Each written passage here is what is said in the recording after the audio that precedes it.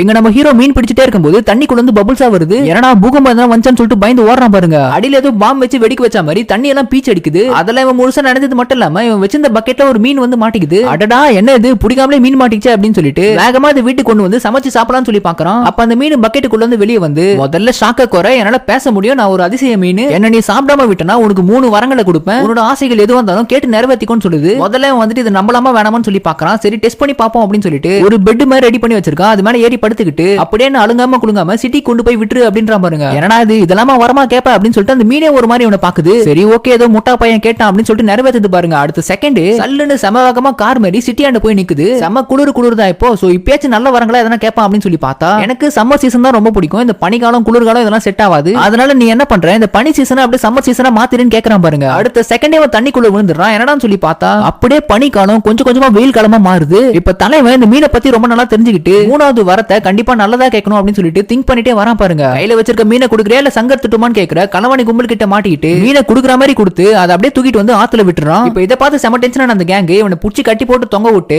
அந்த மீன்ல என்னமோ இருக்கு அதான் இவ்வளவு பண்றான் அப்படின்னு சொல்லிட்டு அந்த மீனை தேட ஆத்துக்குள்ள இறங்கிட்டாங்க. யாரோ வந்து கட்டி வச்சிருந்த கயிறெல்லாம் அவுக்குறாங்க. யாரான்னு சொல்லி பார்த்தா ஒரு பொண்ணு. அவுத்து விட்டதும் யாரு எவங்கன்னு தெரியல, கடவுள் மாதிரி கரெக்டான டைம்ல வந்து காப்பாத்திட்டு ரொம்ப தேங்க்ஸ்மான்னு சொல்லிட்டு போறான் பாருங்க. என்ன இன்னுமா தெரியல அப்படின்னு சொல்லிட்டு கேக்குறா. அப்பதான் இவரை நோட்டீஸ் பண்ணி பாக்குறான் அந்த மீனோட வயசும் அந்த பொண்ணோட வயசும் சேமா இருக்கு. ஏ மீனே நீ வந்து பொண்ணா மாட்டியா, எப்படி மாறினா சொல்லுன்றான் பாருங்க. உன்னோட 3வது வர பெண்டிங் இருக்கு, அதனால தான் உன்னை காப்பாத்த வந்தேன், அதை முதல்ல கேட்டு தொலை நான் போறேன்னு.